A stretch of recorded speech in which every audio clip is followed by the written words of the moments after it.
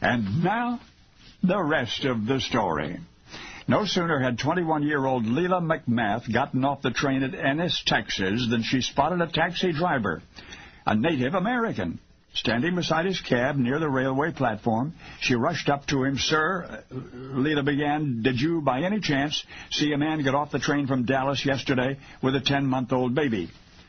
The young man with the long black hair encircled by a colorful headband said indeed he had. Lela's eyes were suddenly ablaze. "That child is my daughter, Virginia," she said, "and the man is a kidnapper." The driver replied that he had taken them to a house on the south side of town, a cousin's house he had overheard. "Well, let's go," said Lela, and along the way she related the rest of the story. Lela's husband, Bill McMath, was a mistake from the start. He'd left her before Virginia was born. Then in the spring of 1912, he'd returned to Independence, Missouri, to steal the baby. The newspapers had reported the kidnapping, but authorities appeared powerless, and finally, remembering that Bill's mother had spoken of relations in Ennis, Texas, Lela set out to find Virginia herself. When the taxi arrived at the house, Lela told the driver, "Keep the engine running," and she reached into her purse to make sure the revolver was ready to be drawn and fired. She'd use it if she had to, and then she got out of the cab and headed for the front door. The screen was unhooked, and little Virginia was perched in a high chair nearby. Lela grabbed her and ran, with the baby's grandmother, Louisa McMath, running after her. As the taxi pulled away, the older woman lunged forward and clung to it. Lela shouted, "Hurry," to the driver. They dragged her mother-in-law 50 yards before she finally let go. The cab reached the railway station just as the train was leaving. There would not be another until 5:45 the following morning. "We need some place to hide for the night," Lela beseeched the driver. "You may stay in my mother's teepee," he answered. And they did. The old woman fed them goat's milk and cheese, gave them a bed of buffalo skins on which to sleep. It was still dark when the taxi driver returned to take Lela and her daughter back to the station. But when they got there, the station master, yet another of the driver's relatives, warned them that a strange man was lurking in the storm cellar. It was Lela's husband, wanting to leap out and recapture little Virginia. The driver instructed the station master to barricade the door. The latter obeyed. 20 minutes later, Lela and her baby were safely on their way back to Independence. And nobody remembers that cab driver's name. What a shame. But beginning today, what do you say? Let's you and I remember him. For once upon an almost perfect crime, there was a kidnapped little girl who nonetheless fulfilled her destiny because of the courage and hospitality of a nameless Native American. And that little girl the whole world one day would come to love. But today you've met Lela McMath, the brave mother who loved her first.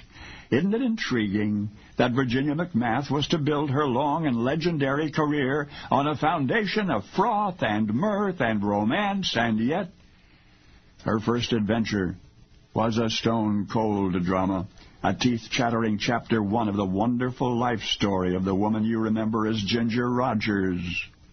Only now you know the rest of the story. And now the rest of the story. Ginger Rogers was born Virginia Catherine McMath on July the 16th, 1911 in Independence, Missouri. So why do we know Virginia McMath as Ginger Rogers? Well, it was common at the time for actors and actresses to adopt a stage name that was easier to pronounce, easier to remember, to retain their privacy, or for some other reason.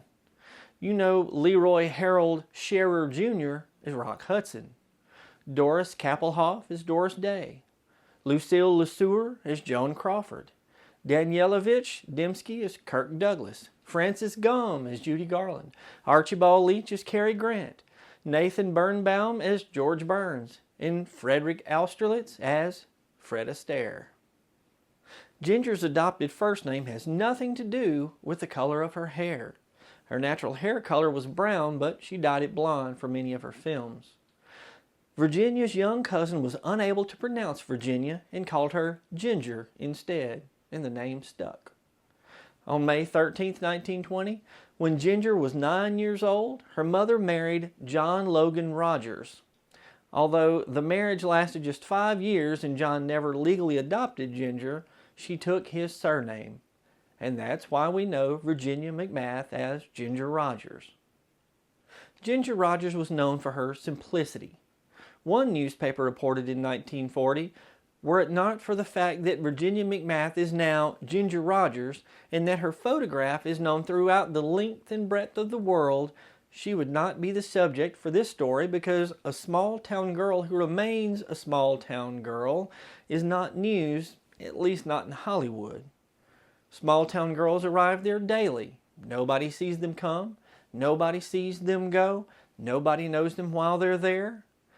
But the unbelievable thing about Virginia McMath is that today, 13 years since she first put her feet to a dancing floor, she is still the same as she was back in her Virginia McMath days. There was something different about Ginger Rogers. For an actor or actress whose main job was to sell glamour and sophistication, the newspaper reported, there is no glamour and no sophistication about Ginger Rogers. Let that be understood right here and now. Her friends today are her old friends. Many of them don't rate in the social ladder of Hollywood. Her stand-in is the same child she played with 23 years ago. Her parties are not pepped-up entertainments with champagne corks a-popping and bands strewn around the rooms. No, there are soft drinks from a soda fountain bar, childish games, sing-songs around the piano. Wisecracking is not indulged in. Tales of humorous adventures that call for a deep-throated laugh are recounted, not tales of conquest and success. Ginger could easily have recounted the story of her rise to fame, which began when she entered a dance contest in 1925. The world was in the midst of the Charleston dance craze. Ginger entered and won the Charleston dance contest. Part of the prize for winning was a stage contract. For 4 years, Ginger worked the vaudeville circuit and honed her talent.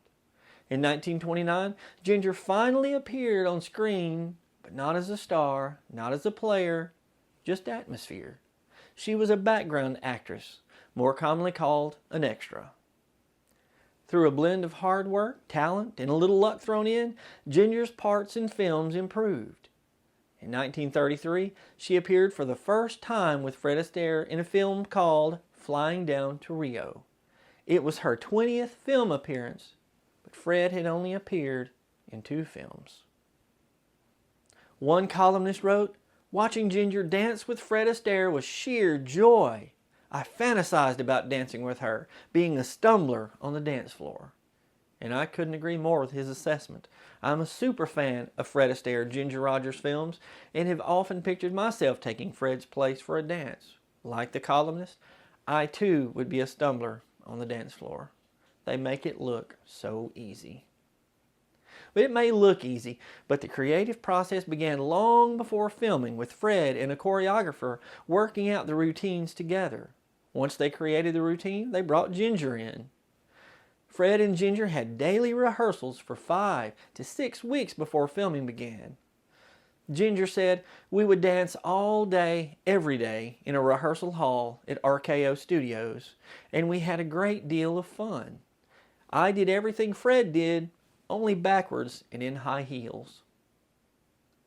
Because the studios at the time used camera tricks to make it appear as if the star was dancing when in reality it was a professional dancer, Fred insisted that the dance numbers be filmed in as few shots as possible. Usually he insisted on 8 cuts or less.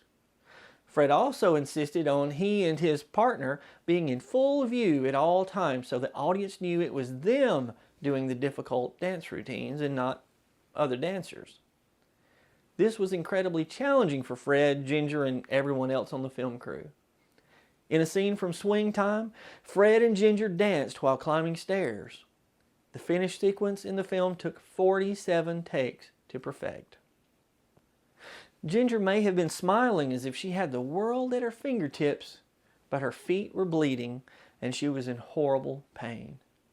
Ginger explained, "I can only get the job done if I beat myself to a pulp.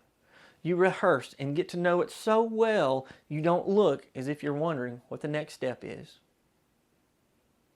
Newspapers of the era, who had a habit of creating stories when there were none of particular interest, spread rumors that Ginger and Fred didn't get along together.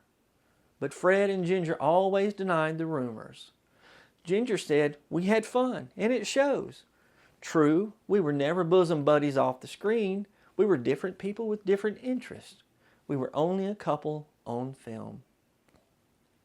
In a dance number from the film Top Hat, Ginger wore a blue gown covered with ostrich feathers. When she spun around, the feathers flew off in all directions and onto Fred's tuxedo. Fred argued for Ginger to change her costume, but Ginger refused. "I guess I couldn't blame him," Ginger said, "but I had designed the dress, and I was going to wear it, and I did." "Good for you, Ginger." "We never quarreled," Fred explained. "We argued about something, which you do with anybody you're working a routine of dances with. All the girls I ever danced with thought they couldn't do it, so they always cried. All except Ginger. No, Ginger never cried." By the end of the 1930s, Ginger preferred more challenging, dramatic roles to the difficult dance routines she had been doing with Fred. She avoided the months of painful rehearsals required to film a 3-minute dance number. In 1938, Ginger appeared in 3 films: Vivacious Lady, Having a Wonderful Time, and Carefree. Her salary for the 3 films was reportedly $219,500. The average yearly salary in the United States for 1938 was just $515. Adjusted for inflation, $219,500 in 1938 would amount to about $4,700,000 in today's money. In 1941, Ginger won an Academy Award for her performance in Kitty Foyle. In the following year, she became the highest paid actress in Hollywood. Through all of her successes, Ginger Rogers remained down to earth. A newspaper reported, "On the screen, she is vivacious, alive, modern, and at times hard when the part calls for it.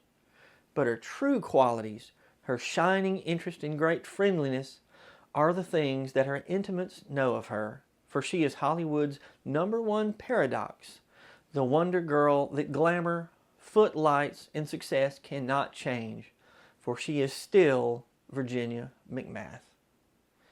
And to think, had her mother not rescued her, as Mr. Harvey explained, the world would never have met Ginger Rogers. I'm Brad Dison.